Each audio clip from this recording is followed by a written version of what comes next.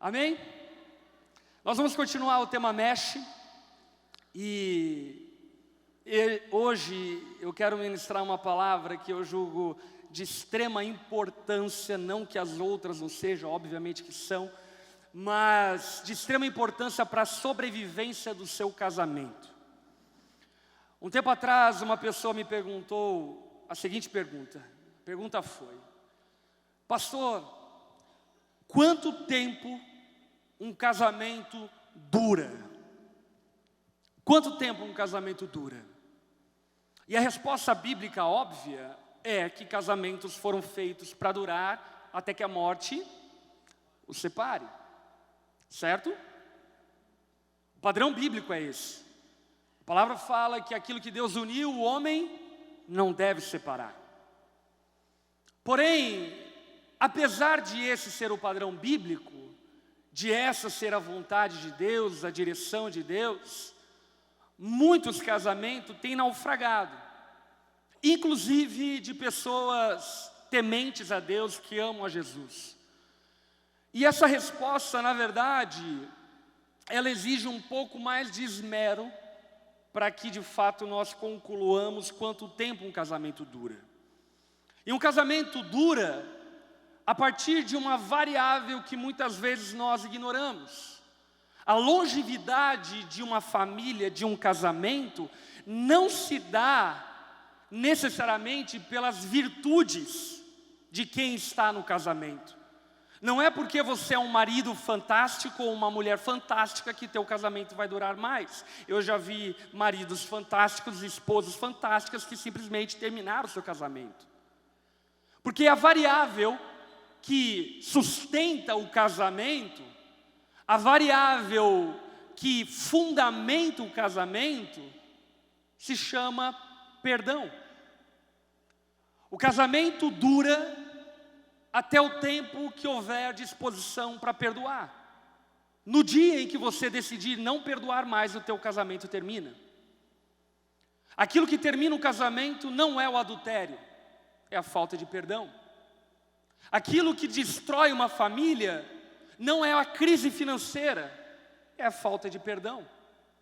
Aquilo que destrói um relacionamento paternal, maternal, familiar, conjugal, não são os erros nem os acertos de quem está dentro desse relacionamento, senão tão somente a falta de perdão.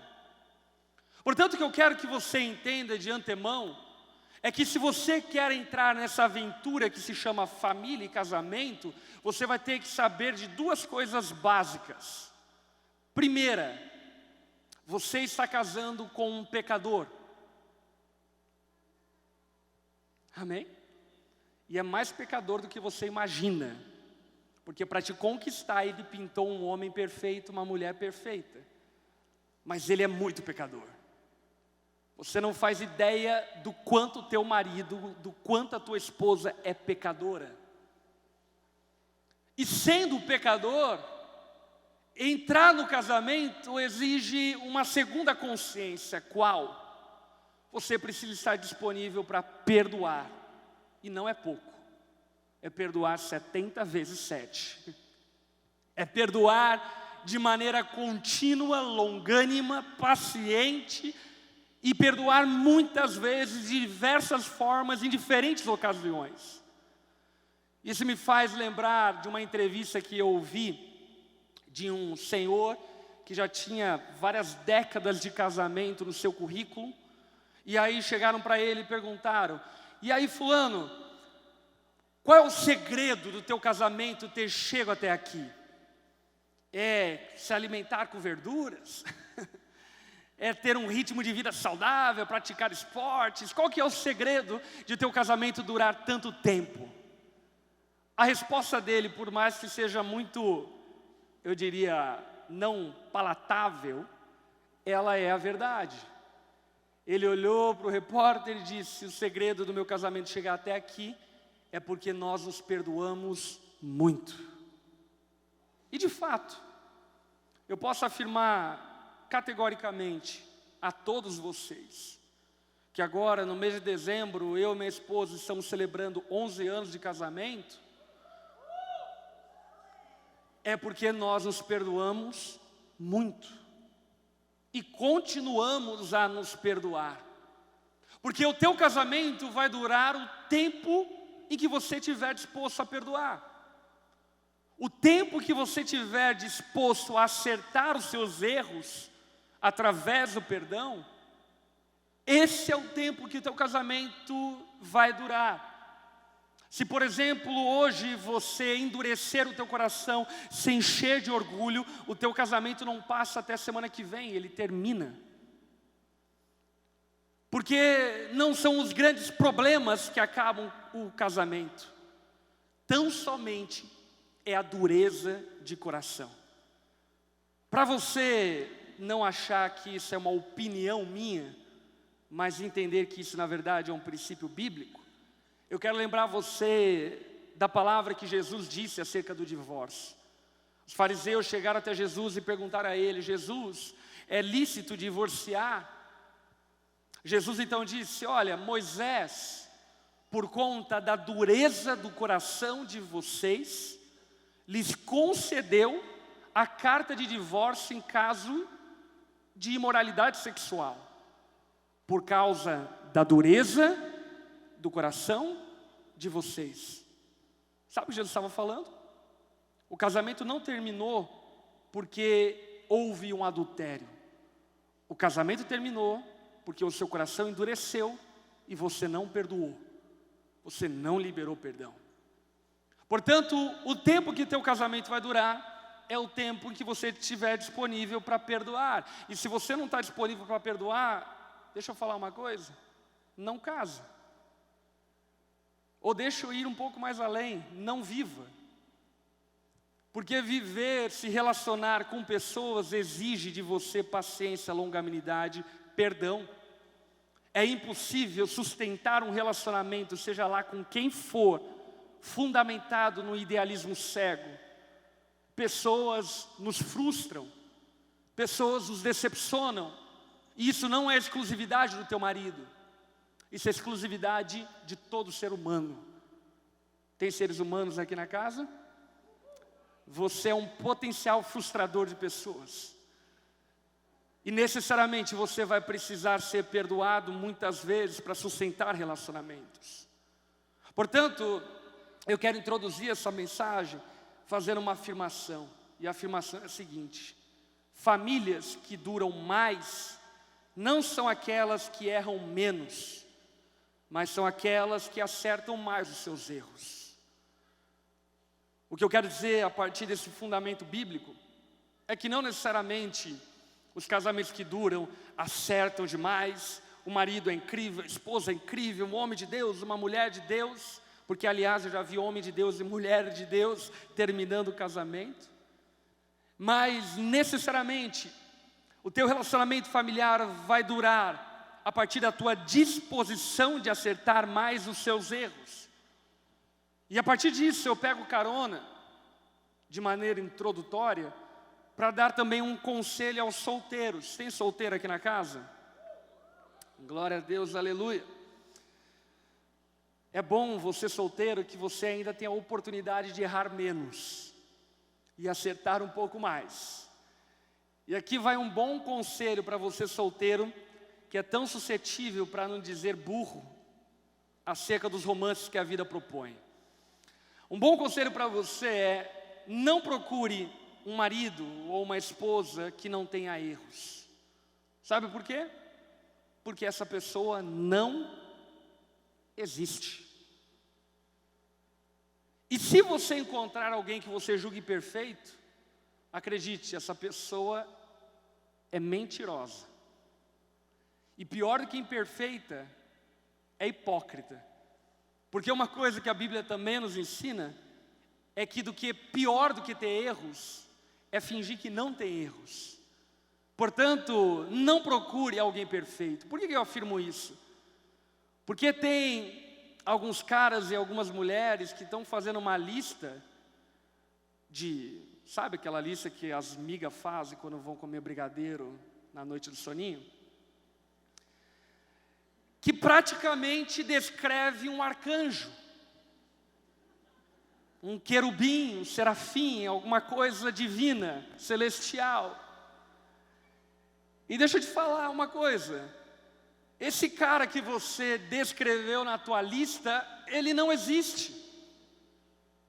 Deixa eu te decepcionar, ele não existe. Esse cara que você descreveu na tua lista, provavelmente é um anjo. E deixa eu te dar uma péssima notícia, anjos não se casam.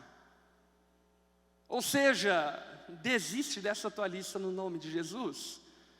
Você precisa tomar como avaliação coisas muito mais concretas e palpáveis do que um idealismo cego. E a partir disso, então, para você solteiro, eu te dou um segundo conselho. Antes do que achar uma pessoa que não tenha erros, procure um cara e uma mulher quebrantado.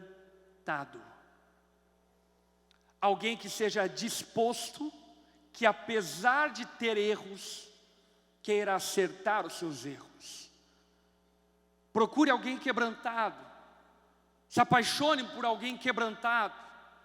Não por alguém que demonstre um status de perfeição, uma alta performance moral.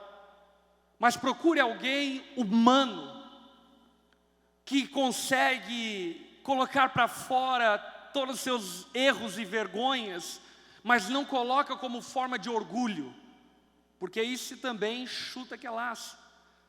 Sabe, gente que acha bonito ser pegador de mulher, gente que acha demais, não, fumo baseado, aí você fala, não, ele é verdadeiro, é sincero.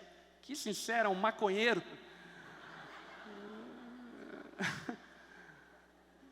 Pula fora.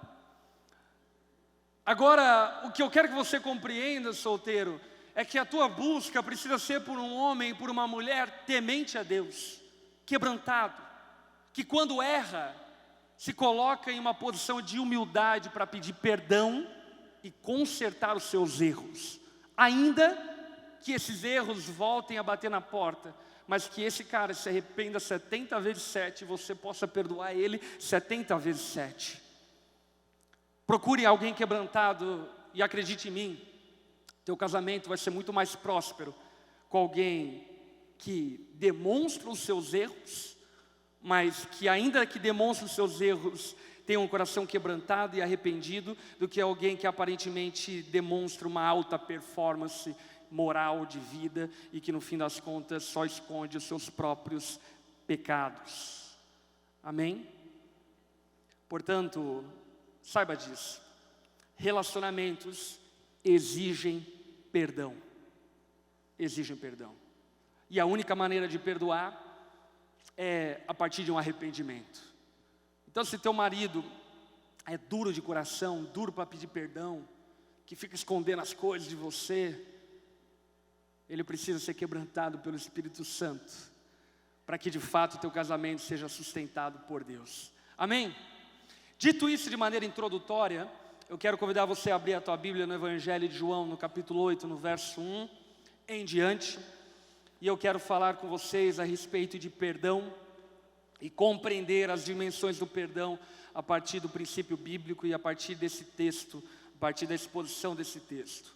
O tema dessa mensagem se chama Juntos até que o perdão continue a existir. Amém? João capítulo 8, versículo 1, está aberto aí?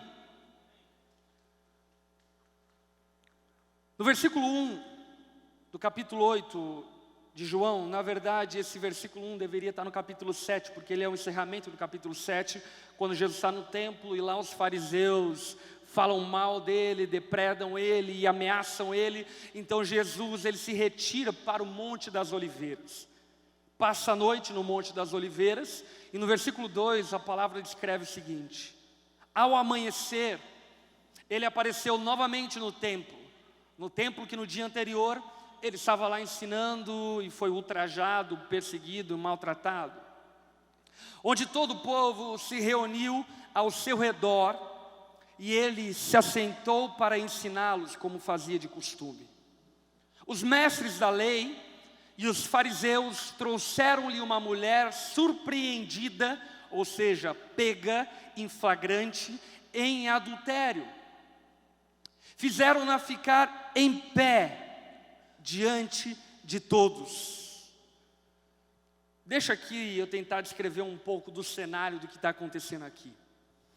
Jesus, ele está no templo, ensinando aqueles que querem aprender, e de repente os fariseus que queriam colocar Jesus na parede, para de alguma forma achar motivo, fundamento para a condenação dele, trouxeram uma mulher que havia sido surpreendida em adultério. Eu não sei a maneira como eles encontraram essa mulher, mas aquilo estava acontecendo no calor do momento do adultério. Aquela mulher foi trazida provavelmente, como era a tradição daqueles dias, puxada pelos cabelos, talvez despida, e trouxeram-na até Jesus, exporam aquela mulher na frente de Jesus, para que Jesus de alguma forma tropeçasse na sua sentença em relação a ela. Aqueles homens eram deveras perversos e maldosos. Esse, com certeza, é o extremo bullying. O bullying mais bullying da face da terra. Uma mulher surpreendida em adultério, no calor do momento, é exposta a toda a sua vergonha na frente de todos, e provavelmente aos gritos colocaram aquela mulher em pé, despida, xingando, ofendendo aquela mulher, e querendo que Jesus lançasse sobre aquela mulher uma sentença. Aqueles fariseus, eles não tinham compaixão, não tinham misericórdia. Quando viram que aquela mulher estava cometendo adultério, a primeira coisa que eles fizeram foi procurar um caminho de condenação para aquela mulher. E isso nos ensina algo acerca deles e talvez acerca de você. Quem não perdoa, quem tem dificuldade de perdoar, quem não libera perdão, sempre é uma pessoa disposta a expor o pecado do outro. E talvez você seja assim. Você é essa pessoa como os fariseus e mestres da lei, que quando o seu marido erra, quando a sua esposa tropeça, a primeira coisa que você faz é expor o pecado dela e dizer o quanto ela é perversa, o quanto ela é falha, o quanto ela é pecadora. Quase que sempre quando eu atendo casais no gabinete, o começo da conversa sempre gira em torno de acusações. Um acusando o outro. Porque ele é isso, porque é aquilo, porque é aquilo outro, porque ele faz isso, porque ele fez aquilo. E aí então eu concedo a palavra para o outro, esperando que haja alguém humilde nessa relação e diga, eu errei, me perdoa. E aí o que o outro fala? Porque ela faz isso, porque ela faz aquilo, porque ela faz aquilo outro, porque é isso, porque é aquilo. E fica esse ping-pong de acusações e de exposições do pecado um do outro. E sabe, pessoas que não perdoam têm essa mania. Essa mania, esse desejo mórbido de expor o pecado dos outros. Expor o pecado dos seus familiares. Até aqui vai um bom conselho. Os líderes da igreja, os pastores da igreja, obviamente são aqui para auxiliar no seu casamento, na sua vida familiar. Porém, eu não estou aqui, nenhum líder está aqui para ouvir fofoca de você acerca do seu marido. Portanto, se você tiver algo para falar ao seu marido, que nós não podemos te ajudar nesse algo que você tem a falar acerca dele, não fale. Não exponha ele à vergonha. Em casos, digamos assim, necessários, então você abra a situação que está acontecendo dentro da sua casa. Mas tenha zelo pela intimidade, pela privacidade do seu lar. E no nome de Jesus, não tenha essa atitude que os mestres da lei e fariseus tinham, porque não perdoavam. Essa atitude condenatória do pecado do outro. E sabe por que eles tinham essa atitude? Sabe por que por vezes você tem essa atitude? Porque na medida em que nós apontamos o dedo para os outros, nós tiramos a atenção de nós mesmos. Essa é uma estratégia antiga da arte da guerra. Quando você expõe o outro, o foco sai de você. E inconscientemente, sem perceber, a exposição que você faz do seu marido as suas amigas, as pessoas que estão próximas a você, ou às vezes até na rede social. Você já viu mulher desabafando acerca do seu marido na rede social? Coisa horrível, gente. Esse tipo de conduta perversa e maligna, na verdade, inconscientemente, é uma maneira de você desviar a atenção dos seus erros. Porque venhamos e convenhamos, você é tão pecadora quanto o seu marido, e teu marido é tão pecador quanto você. Os fariseus trouxeram a adúltera diante de Jesus, não porque estavam preocupados com essa mulher, e não porque queriam ajudar ela. Eles trouxeram essa mulher até Jesus para expor o pecado dela, e procurarem uma base legal para poder acusar Jesus. Eles queriam encurralar Jesus entre a lei do Antigo Testamento, que dizia que aquele que fosse surpreendido em adultério deveria ser apedrejado, e a lei do Império Romano, que dizia que somente o Império Romano poderia sentenciar alguém à morte. Então eles estavam tentando de alguma forma pegar Jesus no pulo. Portanto, o interesse deles não era na mulher, o interesse deles não era no casamento daquela mulher. Eles pouco estavam se lixando se aquela mulher tinha filho ou não tinha, se o casamento dela ia acabar ou não ia acabar, como iria ficar a história da família dela. A preocupação deles era uma única preocupação: era expor o pecado do outro. E sabe, talvez sem perceber, você se comporta exatamente como esses fariseus. A tua preocupação não é com o teu marido. De alguma forma você se sente melhor ou maior, dizendo que teu marido é um lixo.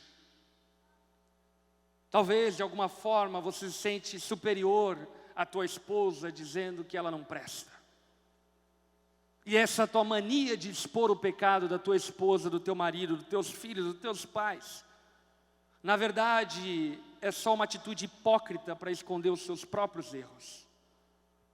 O texto continua falando no versículo 4, o seguinte: disseram a Jesus: mestre, essa mulher foi surpreendida em ato de adultério. Na lei de Moisés, nos ordena apedrejar tais mulheres. E o Senhor, o que nos diz? Aqui existe um segundo ponto muito importante. Quem não perdoa, quase que sempre usa do moralismo, não da moral, para achar fundamento, subsídio para acusar os outros. Você já percebeu isso? Você já percebeu que pessoas que não perdoam quase que se colocam numa posição de perfeição, ao ponto de pensar que ela tem moral e credibilidade para dizer que o outro não presta, como se você prestasse. Para dizer que a outra é que falhou e errou e que é um lixo humano, como se você fosse superior a ela. Pessoas que não perdoam, quase que sempre caem no moralismo. E por esse motivo, existem tantos religiosos, não cristãos, religiosos, moralistas, com vidas mergulhadas no engano e no erro, mas que estão prontos para acusar os seus familiares, pronto para acusar o seu tio que bebe cerveja, o seu outro que faz aquilo e faz aquilo outro. Mas no fim das contas, talvez você esteja cometendo o erro que esses fariseus e mestres da lei estavam cometendo. Qual erro?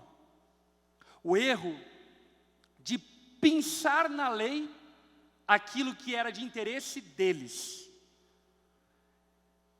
É muito interessante pensar que Jesus falou acerca dos fariseus e mestres da lei o seguinte: vocês não conhecem Moisés e a sua lei. Porque se vocês conhecessem Moisés e a sua lei, vocês me conheceriam. Porque a lei fala de mim. Em outras palavras, esses que estavam agindo como moralistas, na verdade não conheciam a moral. Eles usavam da moral como base acusatória para ficarem confortáveis, em paz, enquanto o outro é acusado. E por que eu afirmo isso? Por conta de 3 fundamentos da lei mosaica. Primeiro fundamento: aquela mulher havia sido surpreendida em adultério, certo? A lei de Moisés dizia que não somente a mulher deveria ser apedrejada, mas a mulher e o homem que estiverem caindo em adultério, ambos deveriam ser apedrejados. Portanto, o primeiro erro deles é que eles só trouxeram a mulher. Em outras palavras, eles eram moralistas, eles não estavam observando de fato a moral. Segundo equívoco e engano deles, e talvez o pior equívoco e engano deles.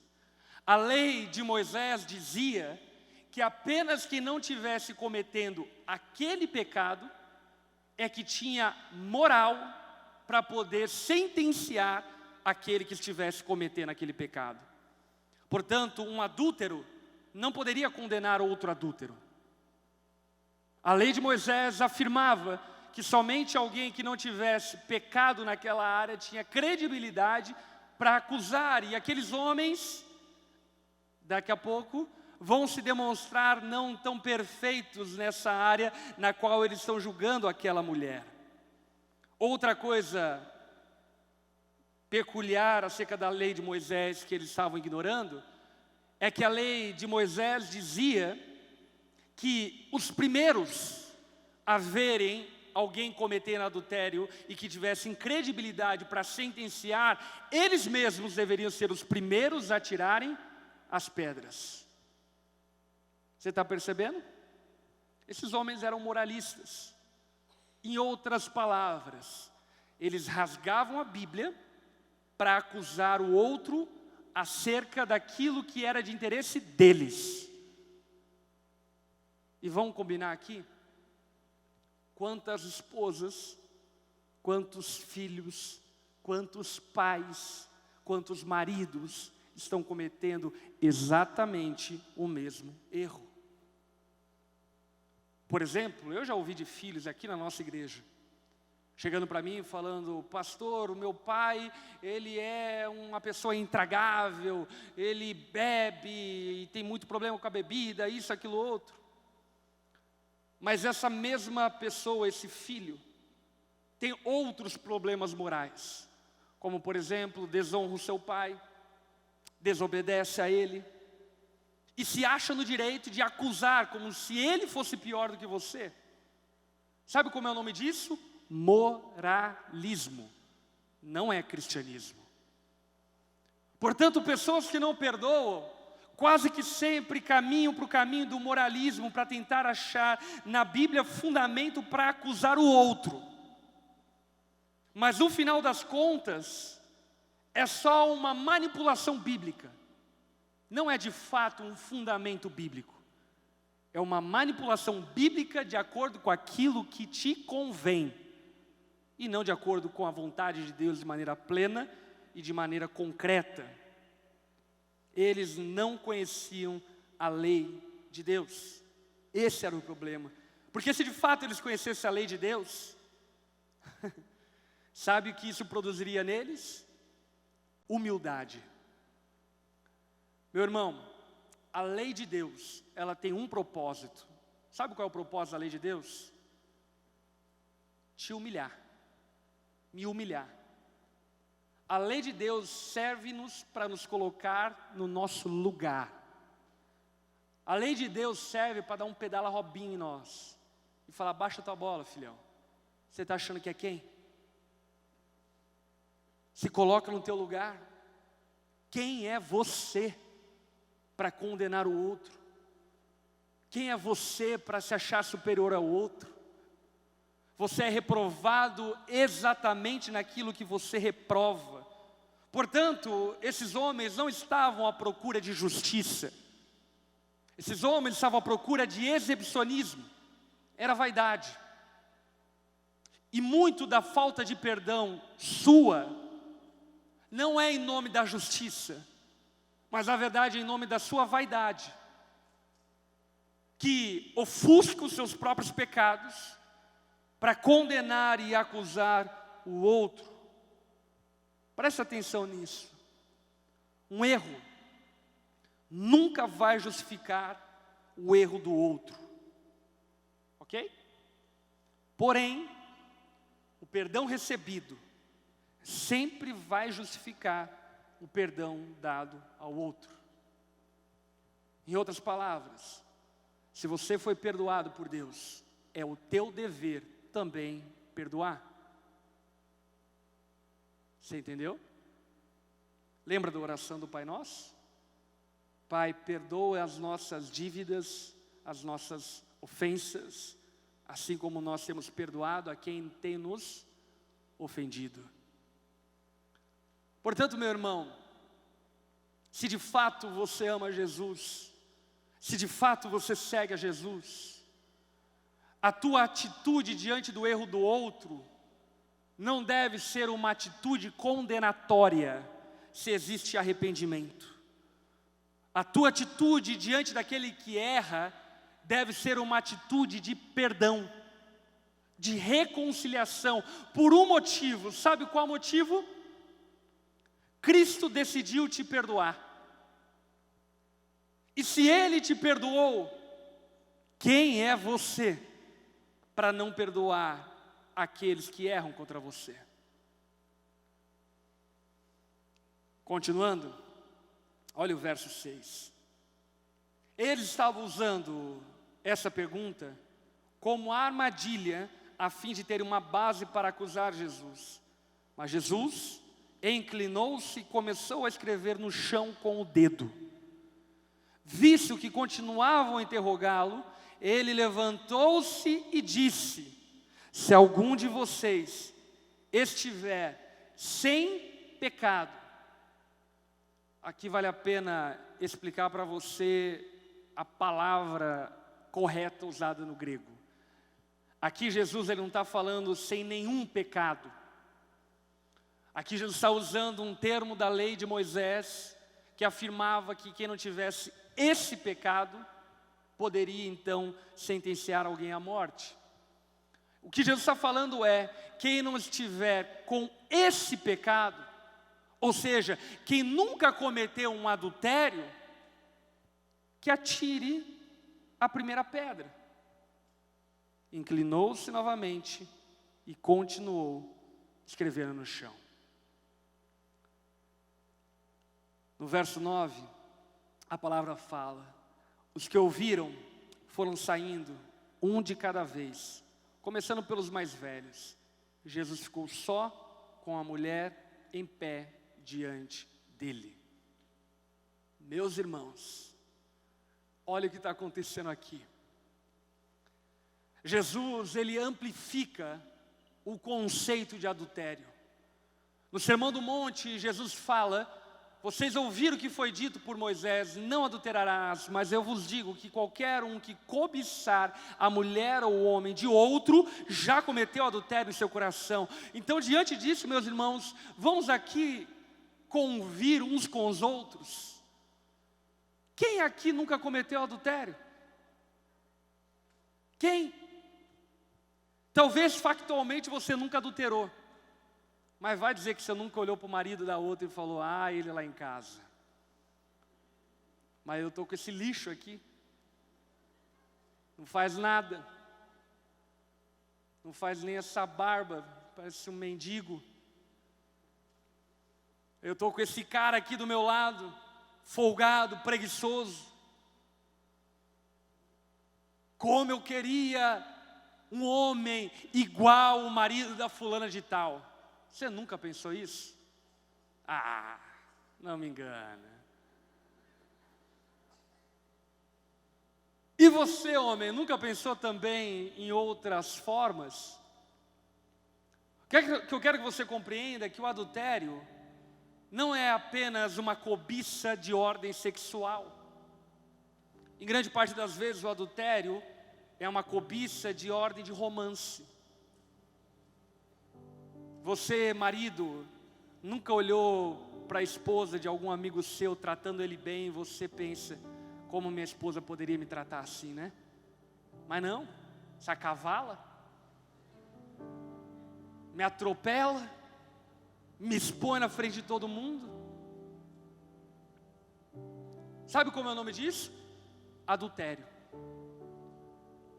E Jesus expôs o pecado deles, dizendo a eles: ei, quem nunca errou, tem o direito de atirar a primeira pedra. Atire. E algo curioso, e aqui eu não quero contar segredos, isso é só uma curiosidade e um acaso talvez, mas é uma curiosidade interessante, é que na Bíblia é narrado 2 momentos que Deus escreve algo com o seu dedo. Quais são os 2 momentos?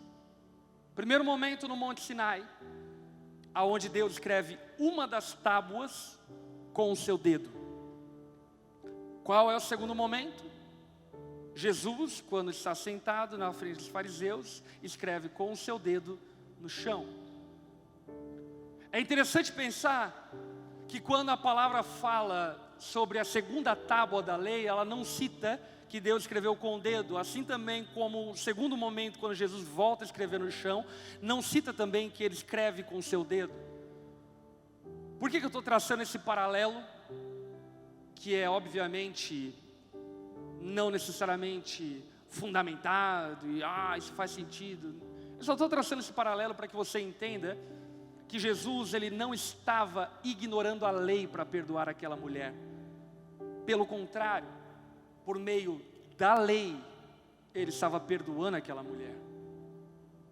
Jesus, ele não ignora a lei para perdoar pecadores. Sabe o que Jesus faz para perdoar pecadores? Ele se faz pecador, morre em uma cruz, para que seja aberto, para aqueles que se arrependem, um novo e vivo caminho por meio da graça dele.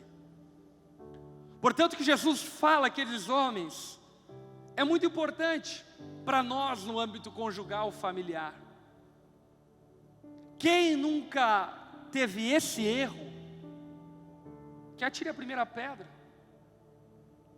Mulher, você que acusa o seu marido de desleixo, vai dizer que você também nunca foi desleixado. Marido, você que acusa e condena a sua esposa de preguiça, vai dizer que você nunca se entregou à preguiça. O que eu quero que vocês percebam e compreendam, meus irmãos, é que quem não perdoa, quase que sempre ignora os seus próprios pecados.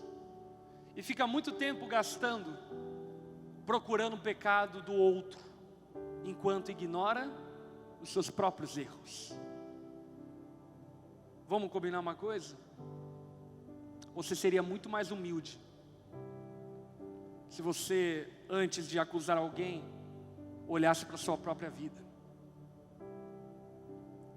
Você seria muito mais humilde e misericordioso, compassivo, se abandonasse a tua arrogância e o teu moralismo e colocasse no seu lugar dentro da sua casa e percebesse que tanto quanto os seus familiares precisam de perdão, você também precisa de perdão.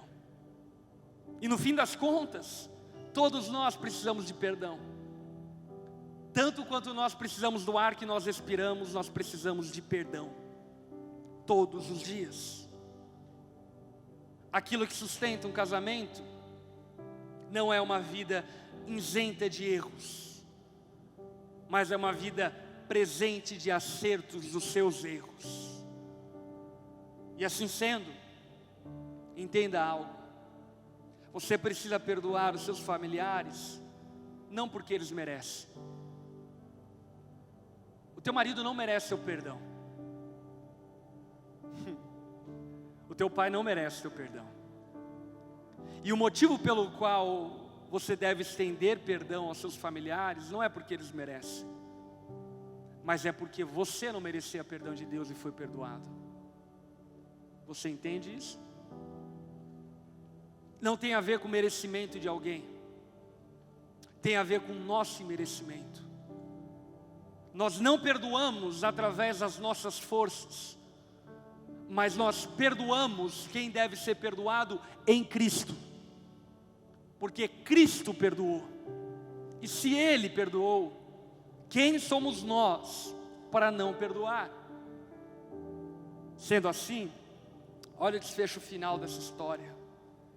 Então Jesus pôs-se em pé e perguntou-lhe à mulher: mulher, onde estão eles?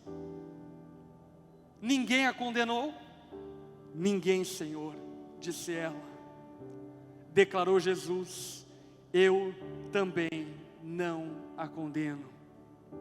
Vá e não peques mais. Sabe o que é curioso dessa história? A única pessoa naquela roda que tinha direito e autoridade para atacar uma pedra naquela mulher era Jesus. E Jesus, tendo direito e autoridade para condenar e sentenciar aquela mulher à morte, decidiu perdoar a ela. Assim como Ele faz com todos aqueles que se arrependem dos seus pecados. Mesmo Jesus, tendo o direito de te condenar, de me condenar, por sua graça e misericórdia, Ele decide nos perdoar. E por que é tão importante falar sobre isso? É tão importante falar sobre isso, primeiro, obviamente, para que você saiba que Jesus tem perdão para te oferecer. Mas isso vamos deixar um pouco mais para frente. Antes de chegarmos lá, é importante que você saiba disso, para que você entre no teu relacionamento conjugal cônscio de que é necessário perdoar para sustentar um casamento. Abandone seu conto de fada. O teu marido é pecador, a tua esposa é pecadora. E se você não estiver disponível a perdoar, o teu casamento vai durar o tempo necessário para você descobrir que teu marido é pecador. Agora, algo que eu posso afirmar a todos vocês, com fundamento bíblico e com experiência própria, a palavra mesmo fala que a quem muito foi perdoado, muito se é amado. Um casamento que passa por crise, uma família que passa por crises, por dilemas, por necessidades de perdão, e ali existe o perdão. Sabe o que acontece com essa família? Ela se ama muito mais do que se amava ontem. Essa família se torna muito mais forte do que era ontem. Porque é como um osso fraturado. Quando um osso é fraturado e ele é cauterizado, aquela parte cauterizada se torna muito mais forte do que era antes. Você pode quebrar o osso em outros lugares, mas aquele lugar dificilmente você vai quebrar. E assim é uma família que perdoa os erros uns dos outros. Portanto, meu convite para você nessa noite é esse: não haja como os fariseus e mestres da lei hipócritas, que querem expor o pecado dos outros, que usam a lei de Deus para acusar e condenar, que fogem dos seus próprios erros acusando o erro dos outros. Mas pelo contrário, reconheça que você, tanto quanto qualquer outro integrante da sua família, precisa de perdão todos os dias. Amém. Dito isso, baixa tua cabeça, fecha seus olhos.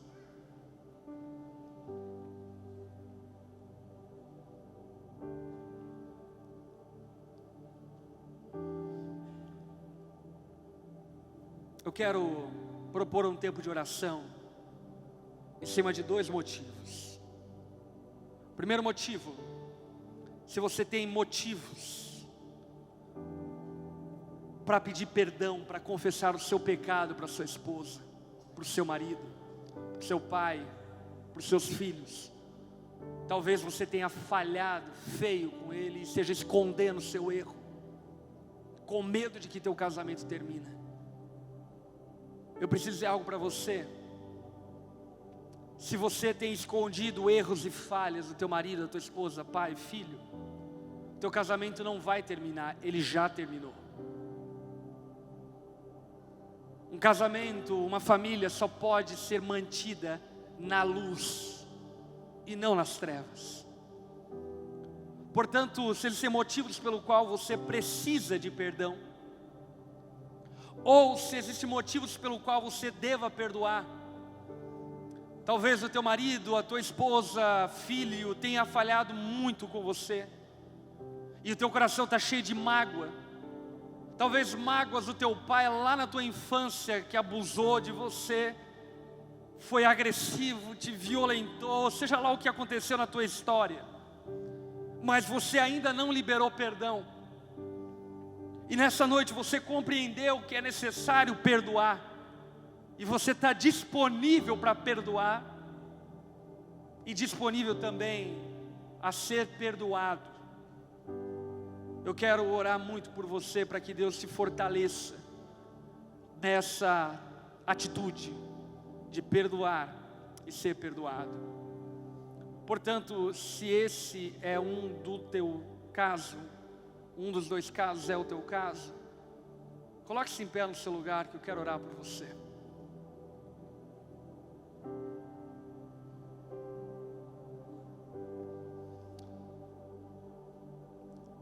Uma mulher essa semana me perguntou: pastor, mas como eu vou perdoar meu marido se ele continua errando? Entenda uma coisa: perdão não tem como ser dado a quem não se arrepende. Portanto, o que eu estou convidando você a fazer não é ignorar os erros do seu marido, mas é, se ele é arrependido, você perdoar ele, apesar dos erros e das falhas dele. Portanto, o perdão ele só pode ser concedido ao arrependido, ao quebrantado. Que no nome de Jesus você seja essa pessoa quebrantada para alcançar perdão. Vamos orar por essas pessoas. Jesus, nós somos gratos a Ti, porque você não nos condenou, pelo contrário, nos amou. E nessa noite nós clamamos a Ti, Jesus. Fortalece os nossos irmãos, enchendo eles de coragem, atitude, força, para perdoar e ser perdoado.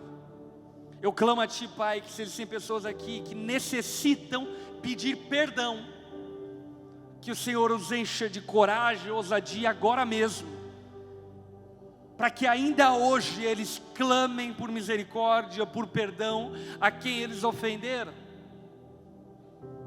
E se também existem entre nós pessoas que estão retendo perdão, que nessa noite o Senhor quebrante o coração deles, para que eles de fato possam perdoar aqueles que os ofenderam. Senhor Jesus, ajuda-nos a sustentarmos os nossos relacionamentos de tal maneira que o Senhor seja glorificado através deles. Fortalece os nossos irmãos dessa forma. Nós oramos e os colocamos diante do Senhor, em nome de Jesus. Amém e amém. Amém. Deus abençoe sua vida. Pode se sentar. E eu quero orar por mais um motivo. A palavra fala que Jesus não condena aquela mulher. Pelo contrário, Ele diz a ela: vá e não peques mais. Ei, deixa eu dizer algo a você. Talvez você precise de perdão, e não é perdão do teu pai, do teu amigo, você precisa do perdão de Deus. Talvez você estragou a tua história até aqui, a tua história está zoada, você está fazendo tudo errado. Nessa noite eu estou aqui para te lembrar que, se houver arrependimento em você, primeiro, Jesus não te condena. Segundo, Ele te dá uma nova oportunidade para fazer tudo diferente, para fazer uma história diferente. Por esse motivo, se você precisa do perdão de Deus, sabe, você tem consciência que tem uma vida zoada, e que precisa mudar drasticamente a tua história, se reconciliar com Deus, se retratar com o seu Criador, com o seu Senhor, eu quero te encorajar a tomar a decisão de pedir perdão a Deus. E acredite na palavra, Deus não rejeita um coração quebrantado e humilde. Por isso, mais uma vez, eu quero convidar todos a baixar a cabeça e fechar os seus olhos. E se nessa noite você quer entregar-se a Jesus, pedir a Ele perdão por seus pecados, se reconciliar com Ele, se conectar a Ele, talvez você mesmo nem saiba o porquê. No seu interior existe um desejo de ter um relacionamento com Deus, mas você não consegue. Nessa noite eu quero te encorajar a se aproximar de Deus. Esse Deus que te amou de tal maneira, não te condenando, mas te dando vida, se assim você crê. Se nessa noite você quer se entregar a Jesus e clamar por perdão, e pela fé receber esse perdão, no seu lugar, de cabeça baixa, olhos fechados, repita comigo essa oração. Diga assim a Jesus, Ele está aqui, Ele te ouve, e nessa noite Ele te dá uma nova história. Diga assim a Ele: Senhor Jesus, eu reconheço que sou pecador, eu reconheço que eu preciso de perdão, e nessa noite eu clamo a Ti, Jesus, me perdoa, salva-me dos meus pecados, me dá uma nova história, me dê uma nova chance de fazer diferente. Eu quero a partir de hoje te agradar, Jesus, me ajuda a ser diferente. Nessa noite, Jesus, eu o recebo em minha vida como meu Senhor e como meu Salvador. Eu me entrego completamente a Ti, Jesus, e em Teu nome que eu oro, no nome de Jesus. Amém e amém. Amém. Você que tomou essa decisão, eu quero te encorajar a dar o passo seguinte a essa decisão. Aliás, amanhã que dia mesmo do mês? 17, amanhã é dia 17.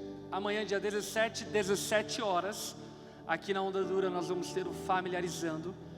É uma programação que nós temos ocasionalmente para receber quem está chegando na igreja, para receber quem quer caminhar com Jesus. Portanto, se hoje você fez essa oração entregando sua vida a Jesus, eu quero te encorajar a estar amanhã aqui às 5 horas da tarde. E você que está chegando na igreja, também quero te encorajar para estar amanhã aqui às 5 horas da tarde, para nós te abraçarmos e te recebermos como parte dessa família. Amém? Amém? Coloque-se em pé no seu lugar.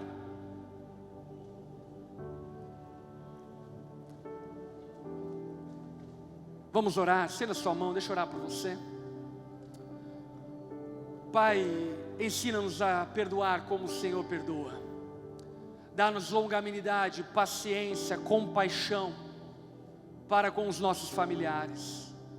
Tira de nós, ó Pai, toda arrogância, todo orgulho que nos impede de mantermos um relacionamento familiar sustentável e duradouro.